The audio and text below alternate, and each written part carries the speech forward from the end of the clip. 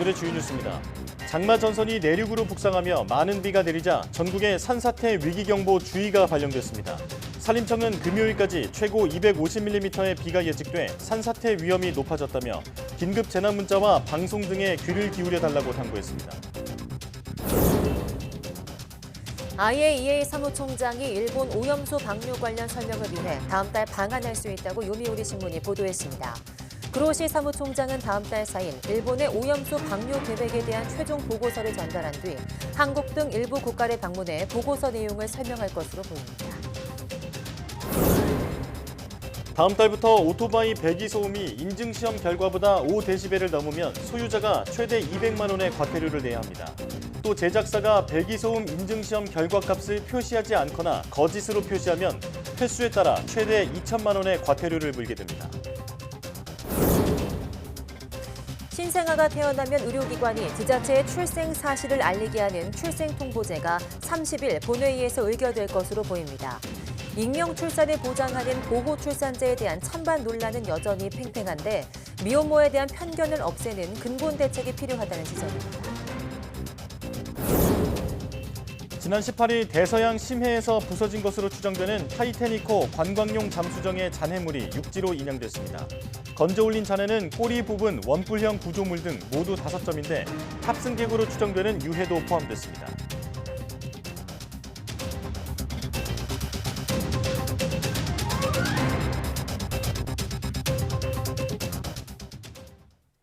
여러분 안녕하십니까? 사이언스 투데이 시작합니다. 지난해 코로나19를 제외한 법정 감염병 신고 환자는 1년 전보다 6% 감소한 가운데 A형, B형 간염과 수두 환자는 줄어든 반면 모기, 진드기 맥의 감염병은 증가한 것으로 나타났습니다.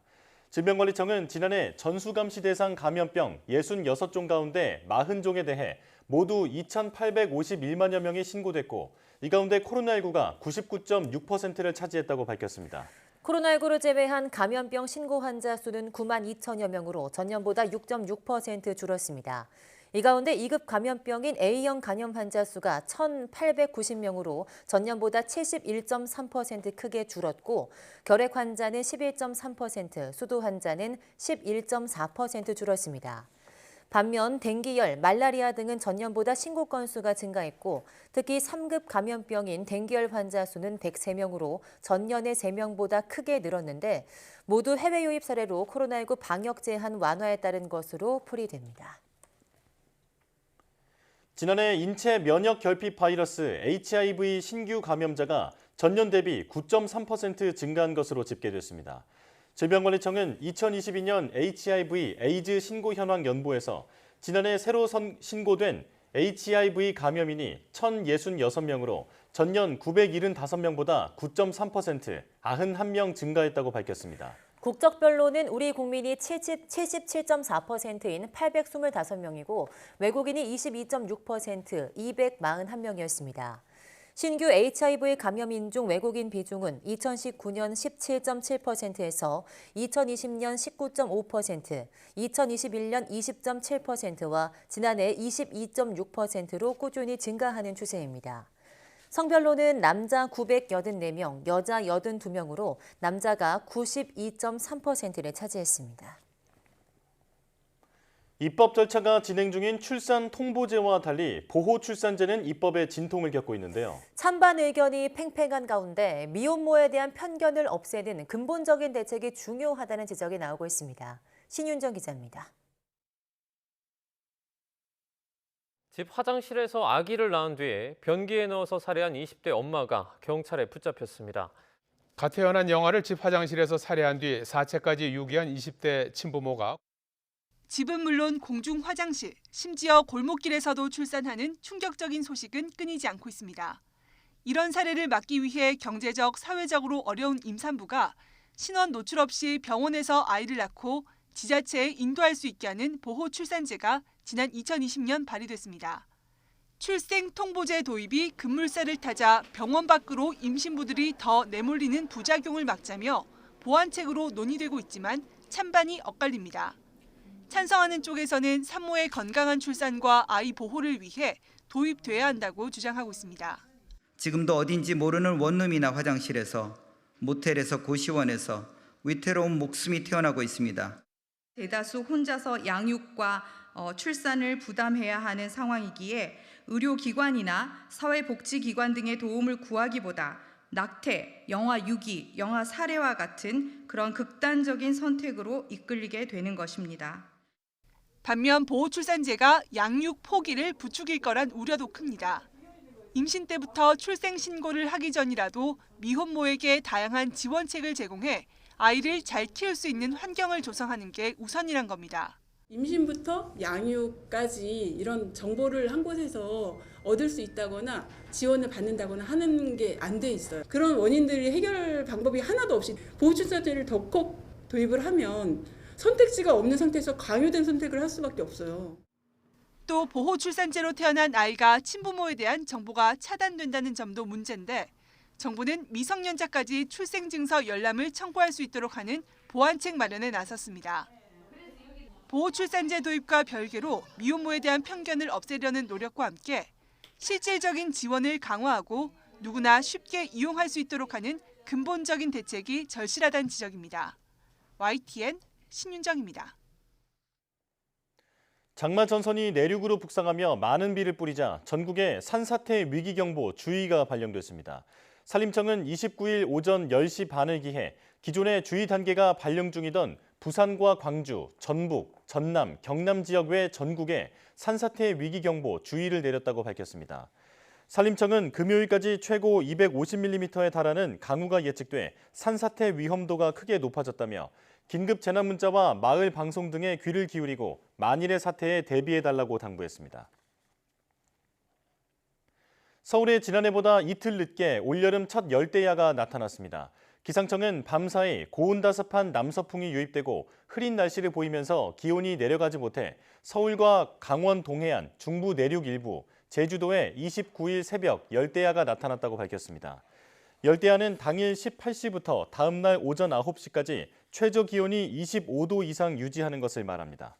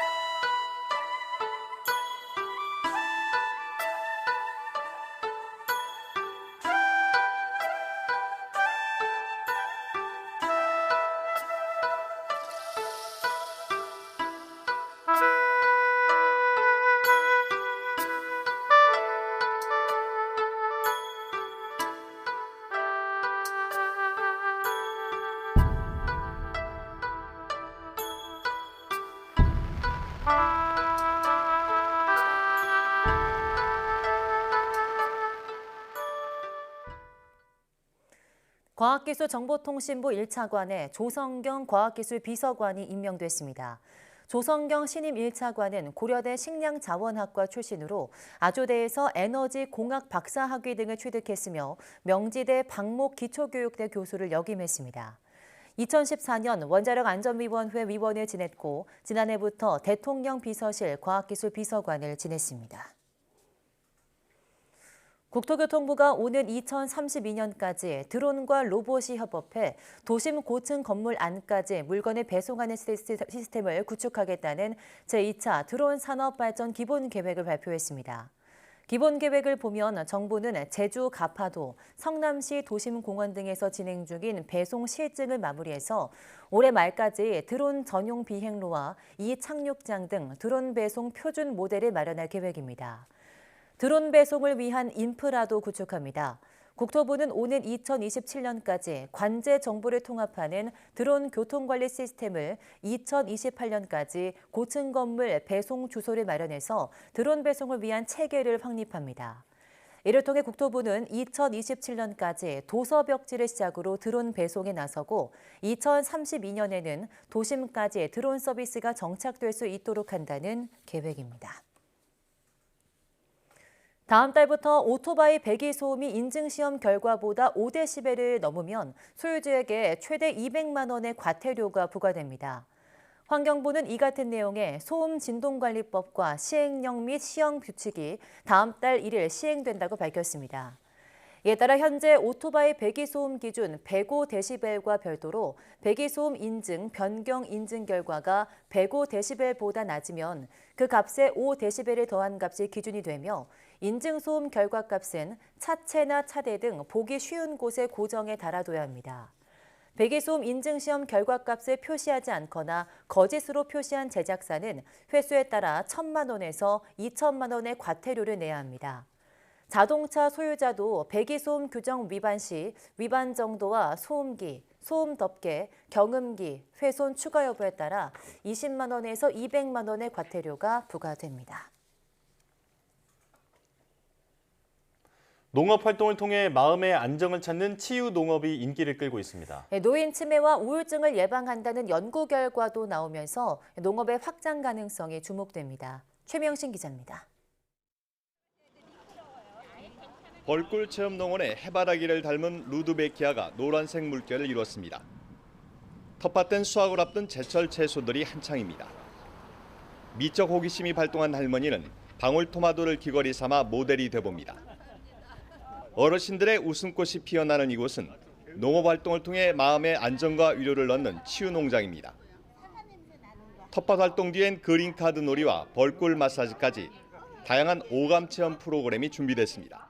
두 손으로 원을 그리는 거 양쪽으로 해서 바깥쪽으로 자 이렇게 해서 하는 거예요. 정서적으로 좀 좋아진 것 같아요. 이 꿀 마사지라는 걸 말로만 들었지 처음 해보니까 너무너무 좋습니다. 보시면 아시지만 뒤에서 보시는 분들 굉장히 즐거워하시잖아요. 저 즐거움을 제가 드릴 수 있는 것이 우리 벌들이 준 선물을 가지고 저렇게 한다는 게 너무너무 행복하거든요.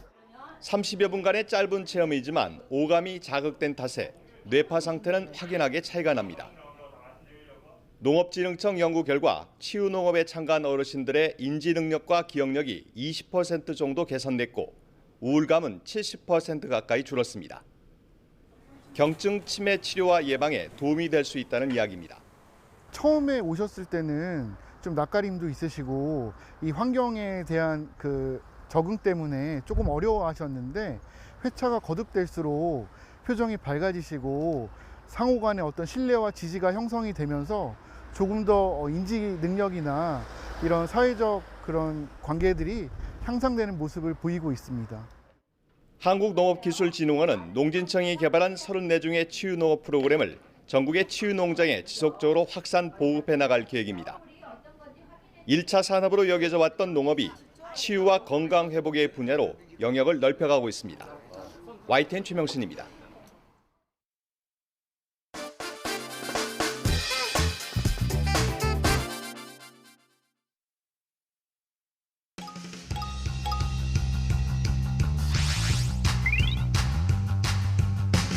빼고 다 빼고 38,000원을 이제 벌었습니다.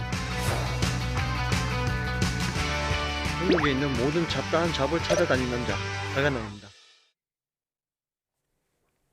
세상에는 다양한 직업이 있죠. 하는 일은 달라도 모두가 각자의 자리에서 제 몫을 해내고 있기 때문에 우리 사회가 유지될 수 있는데요. 저기 잠깐만요. 오늘은 다양한 직업을 소개하고 체험하며 일의 소중함과 삶의 향기를 전하고 있는 분을 모셨습니다.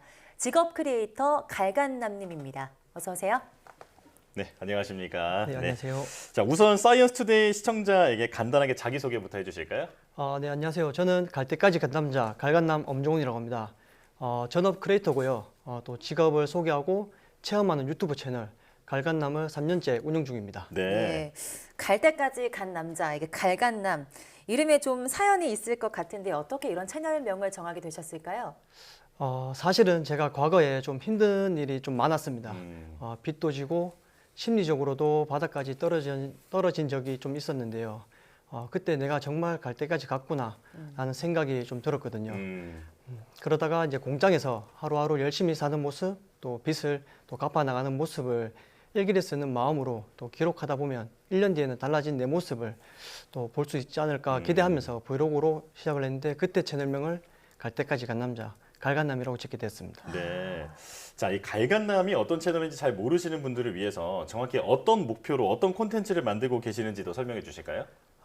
세상의 모든 직업을 또 소개하는 컨셉트로 콘텐츠를 만들고 있는데요. 주로 제가 공장에서 일할 때부터 가까이서 봤던 현장직을 또 소개하고 있습니다. 네. 제가 또 출연자분들의 하루를 모두 또 따라다니면서 어떤 일을 하는지, 근무 여건이나 혹은 취업 조건 어떤지 자세히 소개하고 있습니다. 네. 그리고 이 컨텐츠를 또 시작한 건 현장직에 대한 또 잘못된 인식을 바로 잡고 싶다는 생각 때문인데요. 사람들이 생각보다 현장직을 또 잘 모르고 편견도 갖고 있더라고요. 네. 저도 아직 젊은 축에 또 속하지만 특히 젊은 층이 현장직을 힘들고 돈 또 못 버는 일이라고 생각해서 기피하는 경우가 좀 많더라고요. 그래서 요즘 취업난이 조금 좀 심각하다고 하는데 네. 조금만 시선을 좀 돌리면 좋은 직업 혹은 좋은 직장이 많이 있거든요. 네. 제가 이런 점들을 생동감 있게 전달하면 인식 개선에 좀 도움이 되지 않을까 하는 또 생각으로 그렇게 시작하게 됐습니다. 네. 저희가 또 모시기 전에 영상 댓글들을 쭉 봤는데요. 네. 댓글을 보니까 우리 사회에 이렇게 다양한 직업이 있고 또 각자 역할을 잘 해내고 있기 때문에 우리 사회가 잘 굴러간다는 걸 깨달을 수 있었다. 이런 반응이 굉장히 많았거든요. 어떤 계기로 이런 콘텐츠를 기획하게 되셨을까요? 제가 원래는 이제 브이로그를 좀 하다 보니까 이제 구독자가 좀 늘기도 시작하고 또 많은 분들이 응원도 해주시더라고요. 네. 그래서 유튜브에 조금 더 신경을 써볼까 했는데 12시간씩이라는 공장 일과 병행이 좀 힘들더라고요. 그래서 5개월 정도 고민을 하다가 좀 과감히 또 퇴사를 했습니다. 네. 그때 주변에서는 지인들이 미쳤다 하는 이제 소리를 좀 많이 들었거든요. 네. 사실 나이도 30이 넘었고 또 결혼할 여자친구도 있던 상황이라 좀 미래가 좀 많이 불안했거든요. 네. 그래서 브이로그를 한 달 정도 쉬면서 진지하게 정말 많은 컨텐츠를 고민을 많이 했습니다. 내가 무엇을 잘하고 좋아하는지 생각을 해봤는데 직업을 다양하게 접해봤고 또 사람 만나기를 좋아하다 보니까 직업 소개를 해보자 하는 생각이 또 번뜩 또 떠올랐습니다. 네. 그래서 시작하게 됐습니다. 그렇군요. 이게 그 갈간다님의 그 영상을 보면 이 출연자들도 직업이 아주 다양하고 또 지역도 다양하더라고요. 네, 그래서 맞아요. 섭외하는 일이 보통이 아닐 것 같은데 이 출연자 섭외는 어떻게 하시나요? 일단 그 콘텐츠 이제 균형을 이제 생각해서 다양한 직업을 좀 다루려고 하는데 네. 출연자는 일단 먼저 전화 인터뷰를 해보고 또 결정을 하거든요. 네. 어떤 사연 또 특히 스토리가 있는 분들을 우선 섭외하고요. 이분들이 또 알려주시는 정보도 철저하게 또 검증을 또 해야 됩니다. 네. 제 컨텐츠를 보고 그 직업에 대한 정보를 얻는 분들이 생각보다 좀 많더라고요. 뭐 만약 일당이나 단가, 뭐 복지 수준 같은 내용이 잘못되면 동정 업계 좀 다른 분들이 피해를 보거나 또 취업을 준비하시는 분들이 또 낭패를 또 보는 경우도 있더라고요. 네.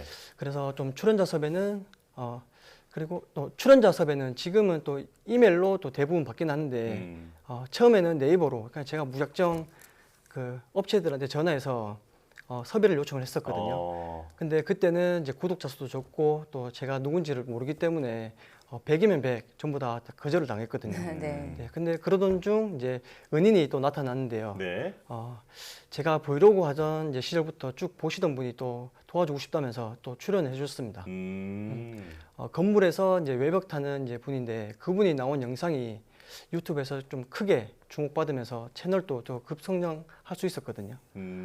그때부터 서로 경조사도 챙기는 또 절친한 사이가 됐는데 혹시 이 자리에서 좀 뭐 다시 한번 좀 감사 인사를 좀 드리고 싶은데 괜찮으실까요? 함성범 선생님 지금 이 영상을 보고 계신다면 진심으로 네, 감사합니다. 울컥합니다. 네네네.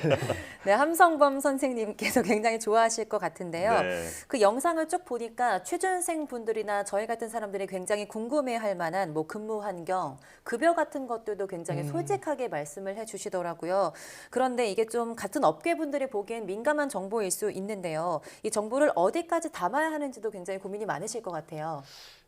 특히 이제 좀 정말 많이 좀 고민이 되는데, 근데 제 영상을 보시고 시청자에게는 꼭 필요한 정보거든요. 네. 그래서 출연자에게 허락도 받고 또 확실한지 일단 검증도 하는데, 가끔 항의 메일을 좀 올 때가 있어요. 엉터리 정보다, 그 사람이 거짓말하는 거다, 이런 얘기를 하면서 당장 영상을 내리라고 요구하는 경우가 있습니다. 네. 그러면 일단 먼저 출연자와 먼저 또 상의하고 또 그게 근거가 맞는지 아닌지를 그리고 그 정보가 맞는지 다시 한번 확인한 뒤에 영상을 내릴지 또 결정을 하고요. 네. 또 예를 들어서 제 영상에 또 출연하신 분인데 폐지방수구이를 소개한 적이 있었거든요. 어떤 분이 아버지와 아들이 이 일을 같이 하는데 단가가 잘못 알려져서 생계가 어려워졌다면서 또 항의 또 메일이 왔습니다. 네.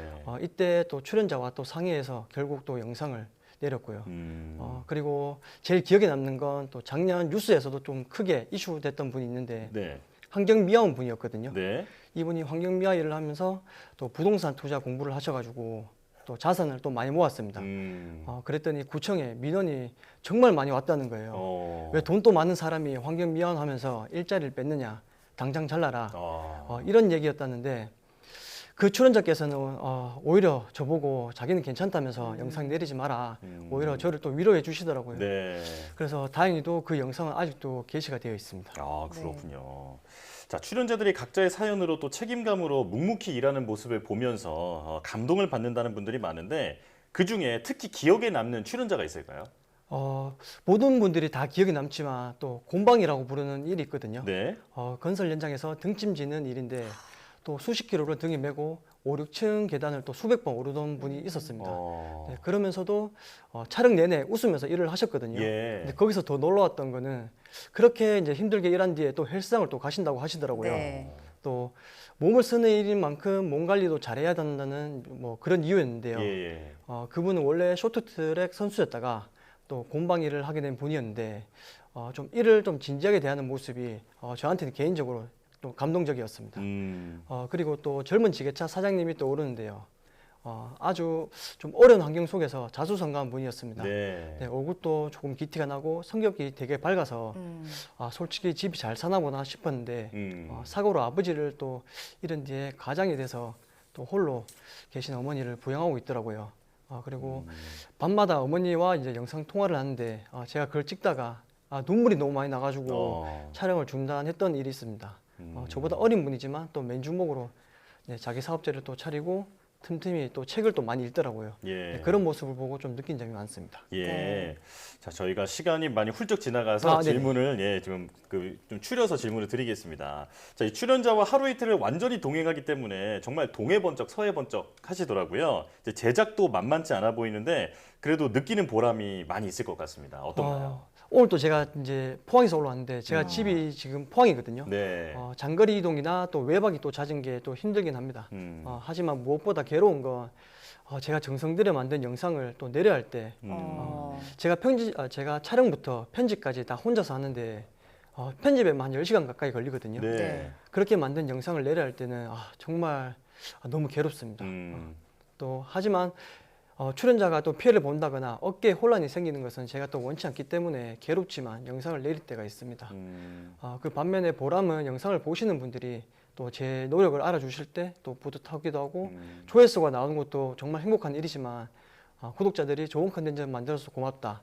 또 혹은 많은 도움이 됐다고 댓글을 보면 또 행복합니다. 네. 네, 갈간남님 앞으로 계획과 목표도 궁금하거든요. 우선 이제 콘텐츠 계획이 있는데요. 지금은 제 영상에는 좀 나름 성공하신 분들, 또 잘 되신 분들이 나오시는데 일이 좀 잘 안 되시는 분들은 이걸 보고 힘이 좀 빠질 수 있겠다는 생각이 들더라고요. 네. 그래서 반대로 사정이 어렵고 일이 잘 안 되는 분들을 도와드릴 수 있는 컨텐츠를 생각하고 있습니다. 뭐 구체적인 건 구독하셔서 좀 봐주셨으면 좀 좋겠습니다. 네. 그리고 궁극적인 뭐 목표라고 하면 제가 느낀 교훈과 동기부여를 좀 다른 사람들과 좀 더 많이 나누는 것입니다. 네. 그래서 강사도 준비하고 있고요. 저도 한 병짜리 고시원에 살면서 막노동을 또 한 적이 있었거든요. 네. 하지만 지금은 제 집이 생겼고 또 가정도 이렇습니다. 네. 이런 제 이야기에 현장에서 느낀 감동을 더해서 좀 많은 분들께 좀 전해드리고 싶습니다. 네. 자, 이제 마지막으로 갈간남님께서 시청자에게 꼭 하고 싶은 말씀이 있다고 하셨어요. 자, 어떤 말씀이신지 들려주실까요? 저희 출연자들이 또 자주 하시는 말씀이 있습니다. 좋은 시선으로 바라봐달라. 일이라는 건 누구에게나 소중하고 그 가치는 어느 것이 우월하다 말할 수 없습니다. 네. 편견 없이 바라봐 주셨으면 좀 좋겠고요. 예. 또 취업을 준비하시는 분들은 이런 부정적인 얘기만 들을 게 아니라 내가 맞다고 판단하면 일단 몸으로 부딪혀 보셨으면 좋겠습니다. 어쩌면 나와 좀 잘 맞아서 또 천직이 될 수도 있으니까요. 네. 저는 그런 분들을 또 많이 봤습니다. 취준생 여러분 자신을 믿고 움직여 보시길 바랍니다. 네, 알겠습니다. 갈간남님 콘텐츠 보면서 직업에는 귀천이 없다 이런 말을 좀 생생하게 경험하게 됐는데요. 앞으로도 좋은 콘텐츠들로 우리 세상에 있는 많은 직업들 계속해서 소개해 주시면 좋을 것 같습니다. 오늘 말씀 잘 들었습니다. 고맙습니다. 고맙습니다. 네, 감사합니다.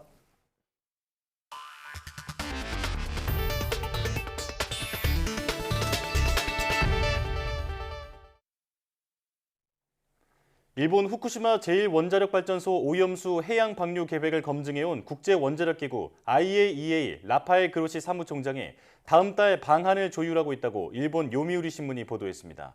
요미우리는 그로시 사무총장이 다음 달 4일 일본을 찾아 기시다 후미오 총리에게 후쿠시마 오염수 방류 계획에 관한 최종 보고서를 전달한 뒤 한국, 뉴질랜드 그리고 태평양 섬나라인 쿡 제도를 방문할 것으로 보인다고 전했습니다. 그로시 사무총장은 우리나라 등의 후쿠시마 제1원전 오염수 방류의 안전성에 대한 평가를 담은 최종 보고서 내용을 설명할 것으로 보입니다. IAEA는 지금까지 도쿄전력의 후쿠시마 오염수 방류 방법과 설비가 타당하다고 평가해온 만큼 최종 보고서에서도 같은 견해가 유지될 가능성이 높습니다.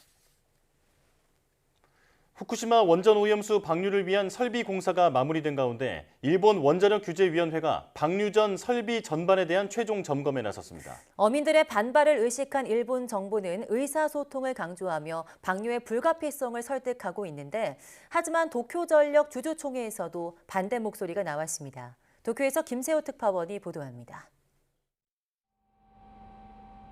일본 원자력안전규제위원회가 후쿠시마 제1원전의 방류 설비 전반에 대한 점검에 돌입했습니다. 오염수를 방류하기 전 사실상 마지막 단계인데 사흘간 점검과 결과 검토에서 이상이 없으면 언제라도 방류할 수 있는 상태가 됩니다. 어민 반발을 의식한 일본 정부는 관계자의 이해 없이 방류하지 않겠다며 2015년 어민들에게 했던 약속을 지킬 것이라고 밝혔습니다. 関係者の理解なしにはいかなる処分も行わないとの方針は遵守します。引き続き漁業者をはじめとする方々との意思疎通を密にし 하지만 일본 정부는 다른 한편에서 방류의 불가피성을 강조해왔고 도쿄전력 역시 주주들을 설득하고 나섰습니다. 주주총회에서 오염수 방류에 문제가 없다는 의견도 있었지만 賛成、風評被害はそれはあるかもしれないけども私なんか全然問題にならないと思うけどね。十分希釈してるから。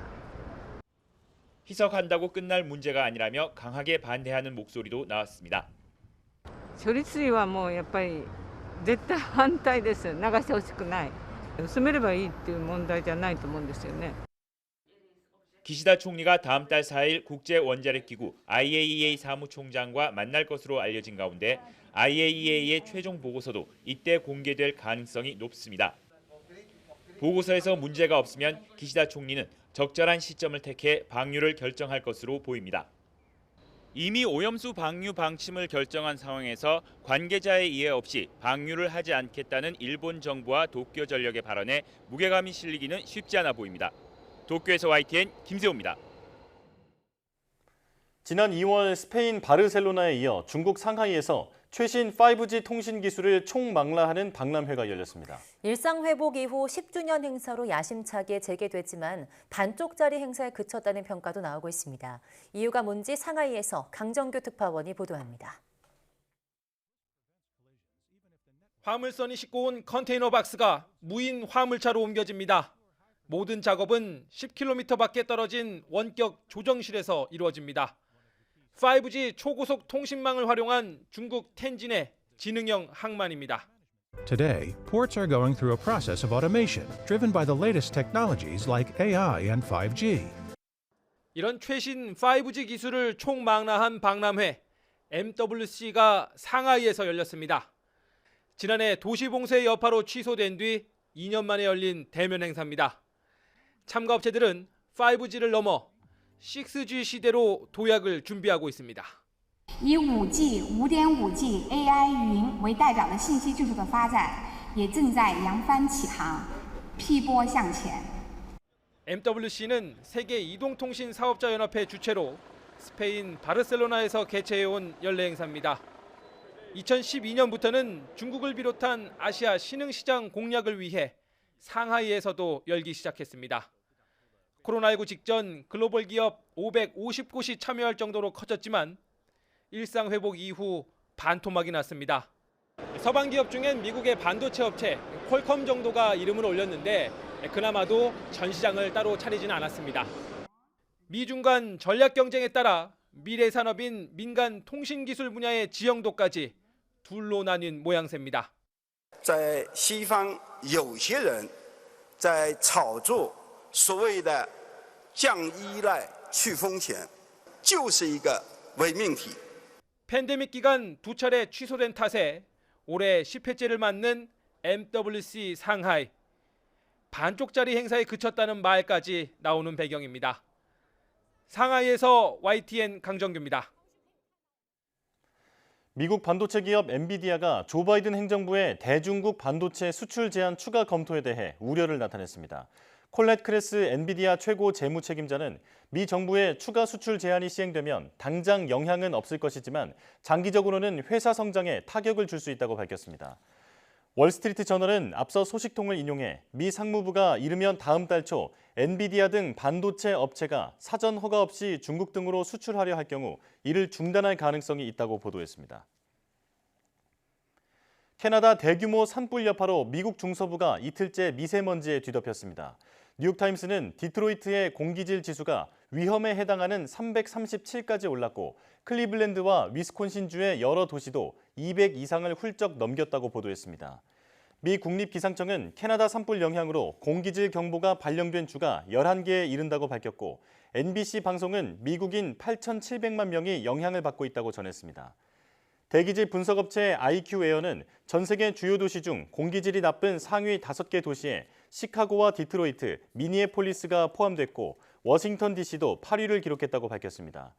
브랜던 존슨 시카고 시장은 어린이와 노약자를 비롯한 주민들에게 가능하면 실내에 머물 것을 권고하고 외출 시 마스크 착용을 요청했습니다. 지난 18일 5명이 탄 타이타닉호 관광용 잠수정이 대서양 깊은 바다에서 폭발한 것으로 추정되는 사고가 있었는데요. 이 잠수정의 잔해들이 육지로 끌어올려졌습니다. 탑승객으로 추정되는 유해도 발견됐다고 합니다. 류재훈 기자입니다. 타이타닉의 뱃머리로부터 480m 떨어진 곳에서 끌어올려진 관광 잠수정 타이탄의 잔해가 인양선에 실려 캐나다의 항구로 들어오고 있습니다. 항구에 도착한 잔해들은 조사를 위해 트럭에 옮겨 실어졌습니다. 잠수정 앞쪽 둥근 선창으로 추정되는 티타늄 구조물이 보입니다. 잠수정에 몸체를 싸고 있던 것으로 보이는 외피도 있습니다. 여기에 심하게 파손돼 얼기설기 엉킨 전선 부품과 내부용으로 보이는 구조물도 보입니다. 해양경비대는 인양된 잔해는 꼬리 부분 원뿔형 구조물을 비롯해 모두 5점이라고 밝혔습니다. 또 타이탄 잔해 인양 작업이 모두 마무리됐으며 이 과정에서 탑승객으로 추정되는 유해가 수습됐고 의료 전문가들이 분석할 것이라고 밝혔습니다.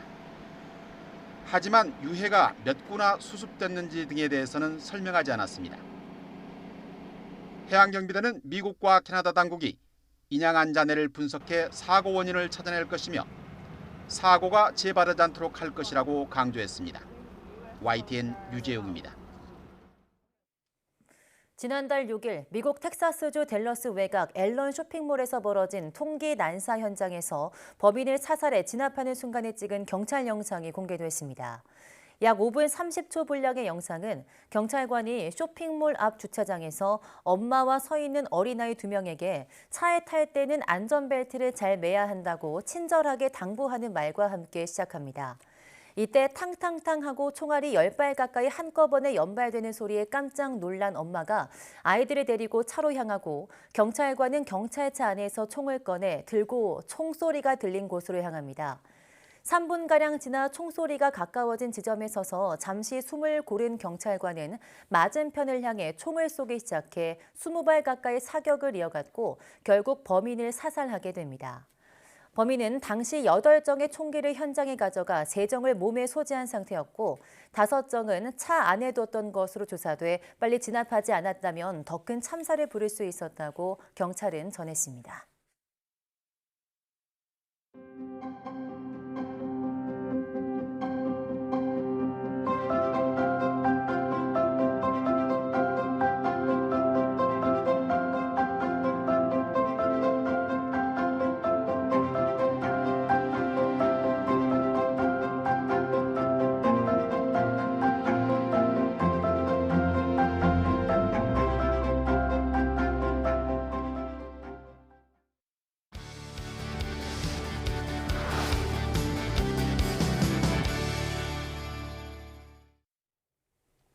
동물에서 추출한 콜라겐으로 만든 친환경 플라스틱을 국내 스타트업이 개발했습니다. 영원히 썩지 않는 플라스틱과 달리 이 대체 플라스틱은 생분해로 재활용까지 된다고 하는데요. 오늘 과학의 달인에서는 동물성 콜라겐 친환경 플라스틱에 대해 이야기 나눠보겠습니다. 에코민 김호민 대표 나오셨습니다. 어서 오세요. 안녕하십니까. 네, 나와주셔서 고맙습니다. 자, 개발하신 플라스틱 대체제가 동물성 콜라겐으로 만들었다라는 건데 이게 어떤 제품인지 소개를 해주실까요? 이러한 개발을 할 때 아이디어를 내게 된 것이 우리가 식사를 하고 사용하는 녹말 이쑤시개인데요. 네. 기존의 나무 이쑤시개가 음식물에 들어가고 그 음식물이 가축들이 음식에 들어가게 되어서 동물들이 식사를 할 때마다 목에 걸려 동물들이 죽어간다는 경우가 다반사하다는 것을 알게 되었는데 그것을 해결하는 것이 녹말 이쑤시개였습니다. 네. 녹말 이쑤시개의 경우 음식에 들어가 있는 상태에서 음식을 끓여서 동물들에게 갈 때 녹아서 흐물흐물해지고 분해가 되고 말랑해지는 경우 동물의 위에서 잘 녹아 분해가 되고 먹어도 목에 걸려 죽는 경우가 없어지므로 정말로 이런 소중한 아이디어가 인류를 살리는구나 생각을 하게 되었고 제가 개발하게 된 부분도 먹어도 문제가 없었고 재활용이 가능한 원료로 원료는 없을까 하는 것으로 시작을 하게 되었습니다.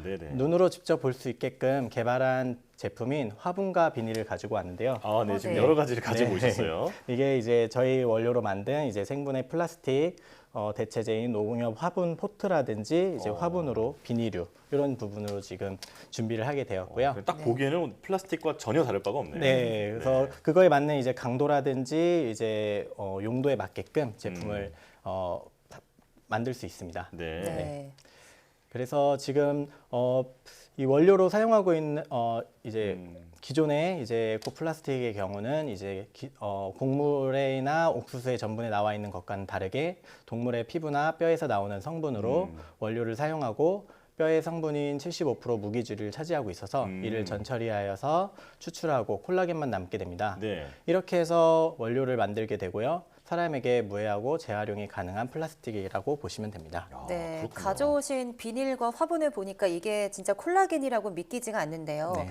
동물성 콜라겐 성분이 어떤 원리로 플라스틱을 대체할 수 있을까요? 콜라겐 성분인 원료를 액체 상태로 만들어 원료병 제품들을 융화시키고 고체화시키는 상태를 만듭니다. 네. 이해하기 쉽게 사골육수의 단백질의 성분이 차가워지면 응집하여 고체 상태가 되고 묵 형태에 만드는 것을 보시게 될 것입니다. 네네. 하지만 그것은 열에 의해 어느 정도 온도점에 도달하면 액체 상태가 됩니다. 때문에 제품의 품목마다 강성과 연질성 등을 만들어 제품의 쓰임에 맞는 타입별 제품을 원료로 만들어 제품을 성형해 플라스틱으로 대체를 합니다. 네, 이게 콜라겐 그러니까 단백질 성분이다 보니까 기존 플라스틱에 비해서 굉장히 친환경적이겠다 이런 생각이 드는데요. 구체적으로 환경에 어떤 이점이 있을까요? 이 친환경 콜라겐 원료의 경우 화학 성분의 재료가 들어가지 않아서 제품의 생분해가 빠르게 가능합니다. 그리고 원료 자체가 사람들이 먹을 수 있는 성분이기 때문에 인체에 무해합니다. 네. 이에 그렇게 되면 제품이 매립되거나 제품의 소각 등이 줄어들고 환경에 문제가 줄어들 것이고 미세먼지 발생, 탄소 배출 저감, 쓰레기 매립장 등이 없어질 것입니다.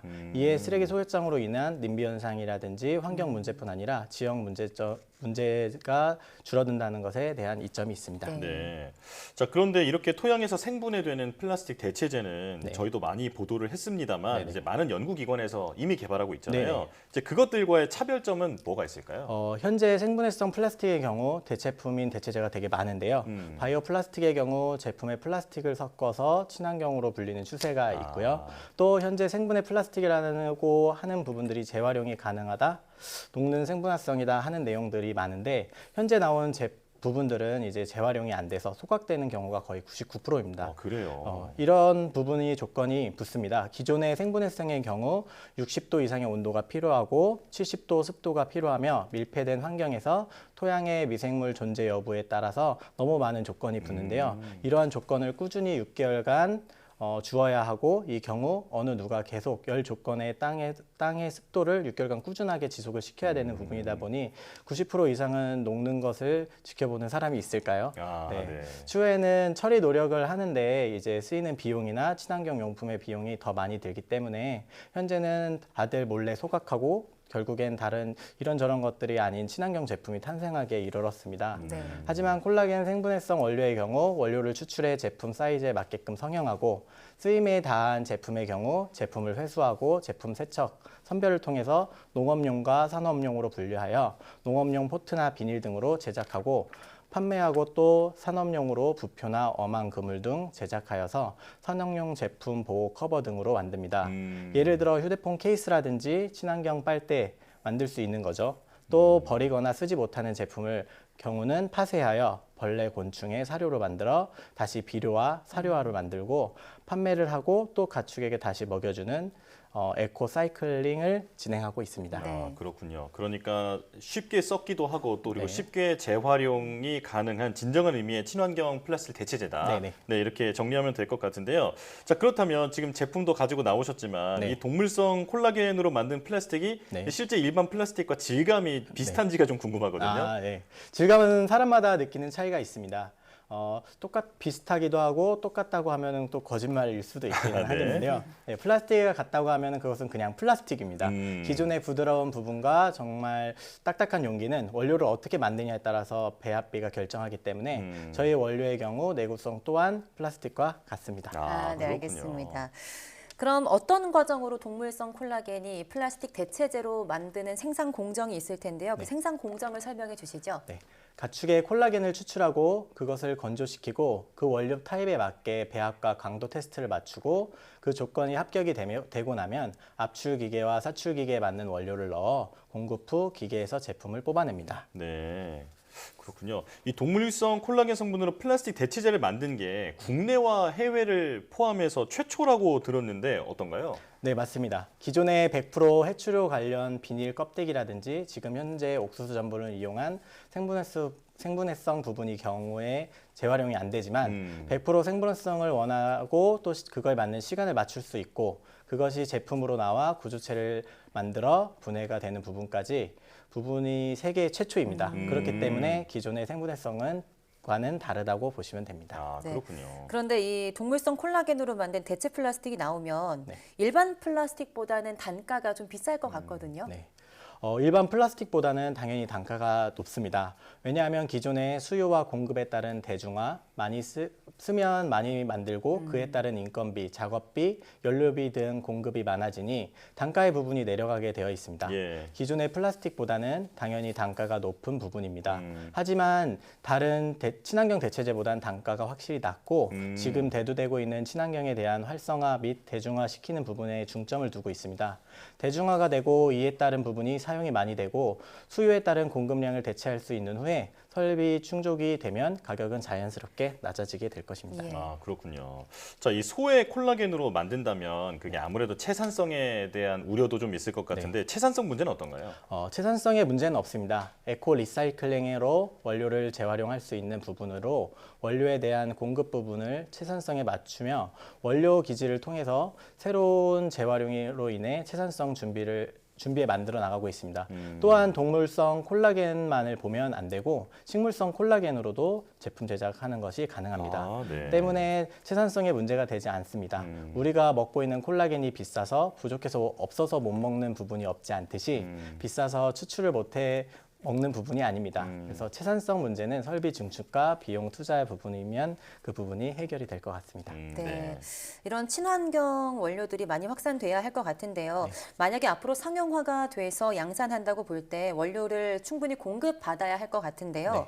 동물 한 마리로 얼만큼의 양을 생산할 수 있을까요? 저희가 양산화가 되고 상용화 된다고 볼 때 지금 원료를 충분히 공급받는 시설 투자와 설비 부분이 원활하게 포함이 되면 공급량은 다 맞출 수 있습니다. 원료 가축이 한 마리를 넣어서 얼마가 나올까라는 현재는 그 부분을 아직 테스트는 안 해봤어서 잘 모르겠습니다. 한 번에 원료를 넣어서 하는 것이 대략 1톤 이상으로 추출하기 때문에 저희가 잡은 원료 사용량이 만약에 종이컵 기준 한 달 생산에 500톤인 경우 25,000개 정도입니다. 그렇군요. 네, 자, 앞으로 친환경 시장에 대해서 어떻게 생각하시는지 그리고 대표님의 앞으로의 포부도 좀 들려주실까요? 네, 현재 친환경 시장은 과도기입니다. 아직은 기준이 확립되지 않았고 우리가 생각했던 환경 문제는 문제의 경우 너무 많이 성큼 다가왔습니다. 옛날에는 물을 사 먹는 시대가 오리라고 생각하지 않았고 공기를 사 먹는 시대가 온다는 건 있을 수 없었습니다. 하지만 물에 판매되고 공기를 판매해서 흡입하는 시대가 되었습니다. 네. 현재 환경오염으로 인해서 이렇게 사계절이 사라져 겨울이 볼 수 없게 되고 봄이 짧아지는 언제 겨울의 한 계절로 동남으로 버릴지 모르는 날이 얼마 남지 않게 되었습니다. 네. 친환경 시장에 누군가 앞장서야 하고 그에 맞는 국가 간의 교류와 누군가는 앞서서 법을 제정해야 하는데 움직여야 하며 친환경 소비에 대한 부분인 가격을 따져서 비싸서 쓸 수 없어가 아니라 이것을 써야 매몰 비용이 더 들어가는 사회가 되지 않겠습니까? 네네. 그래서 플라스틱을 쓰게 되어서 현재 그것을 처리하고 주워담을 다시 소각하거나 묻어서 더 이상 묻을 곳이 없어서 몰래 방출하는 그런 부분들이 없어져야 하기 때문에 제가 친환경 시장의 선두가 되어 믿고 쓸 수 있고 몸에 환경에 문제 없는 후손들에게 물려줄 수 있는 친환경 하면 대한민국이 먼저 떠오를 수 있는 그런 친환경 강국으로 만들어 보겠습니다. 예, 네. 조금 더 값이 나가고 조금 더 불편해도 우리 모두와 또 다음 세대를 위해선 친환경 이런 메시를 놓치면 안 될 것 같은데요. 오늘 소개해 주신 기술이 그 메시를 잘 보여주는 사례가 되길 바라겠습니다. 에코민 김호민 대표와 함께했습니다. 고맙습니다. 고맙습니다.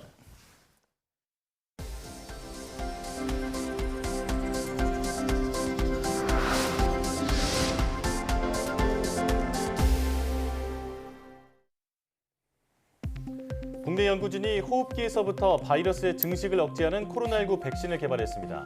카이스트와 한국화학연구원 연구팀은 호흡기 질환을 일으키는 아데노바이러스 전달체를 기반으로 한 비강 접종 코로나19 백신을 개발했다고 밝혔습니다. 연구팀은 쥐에게 이 백신을 한 번 비강에 접종하거나 근육과 비강에 2번 접종한 결과 한 번만 접종해도 코로나19에 감염됐을 때 100% 생존했다고 설명했습니다. 이는 비강 백신이 호흡기 점막의 항체 반응 및 기억 T세포 반응을 높은 수준으로 유도했기 때문이라고 연구팀은 말했습니다. 사람 몸속의 면역세포도 뱀처럼 허물을 벗어야 증식할 수 있다는 연구 결과가 나왔습니다. 광주과학기술원 전창덕 교수팀은 이른바 면역사령관으로 불리는 T임파구가 뱀처럼 몸 일부를 벗겨내는 허물벗기를 해야만 활성화되고 증식할 수 있다는 사실을 확인했다고 밝혔습니다. 연구팀은 T임파구의 활성화를 유도한 뒤 전자현미경을 통해 T임파구의 허물벗기 현상을 확인했으며 허물을 벗지 못하는 T임파구는 죽게 된다는 사실도 발견했습니다. 연구팀은 T임파구 활성 초기에 발생하는 수용체 발현 감소가 기존에 알려진 것과 달리 허물벗기 현상에 의한 것임을 이번 연구로 확인했다고 설명했습니다. 220V 과금형 콘센트만 있으면 전기차의 충전과 결제를 쉽게 할 수 있는 기술이 개발됐습니다. 한국전기연구원 이재조 박사팀은 전기차 충전용 과금형 콘센트 기술을 개발하고 국제협의체의 산업표준 인증을 받았다고 밝혔습니다. 이를 이용하면 충전소 설치를 위한 전기공사나 전용 주차면 없이도 콘센트만 여러 개 설치해 주차장이나 야외 캠핑장 등의 전기차 충전 인프라를 마련할 수 있습니다. 연구팀은 이용자가 단순히 충전을 넘어 전기차를 효과적으로 관리하는 통신 기반의 편의성까지 누릴 수 있는 발판이 마련된 것이라고 설명했습니다. 정부가 반도체 분야의 기술 격차를 확보하기 위해 산업 난제를 해결하고 전문 인력을 키워낼 대표 연구실 9곳을 선정했습니다. 과학기술정보통신부는 고려대에서 국가 반도체 연구실 착수 기념식을 열고 이렇게 밝혔습니다. 이 사업을 통해 정부는 반도체 분야 미래 기술을 선점하고 전문성을 가진 석 박사 인력을 키워내기 위해 우수 연구실을 선정하고 매년 5억 원씩 5년간 총 25억 원을 지원합니다. 상반기에는 고려대, 전남대, 포항공대, 카이스트 등 4개 대학 9개 연구실이 선정됐으며 하반기에 추가로 10개 연구실이 지정될 계획입니다.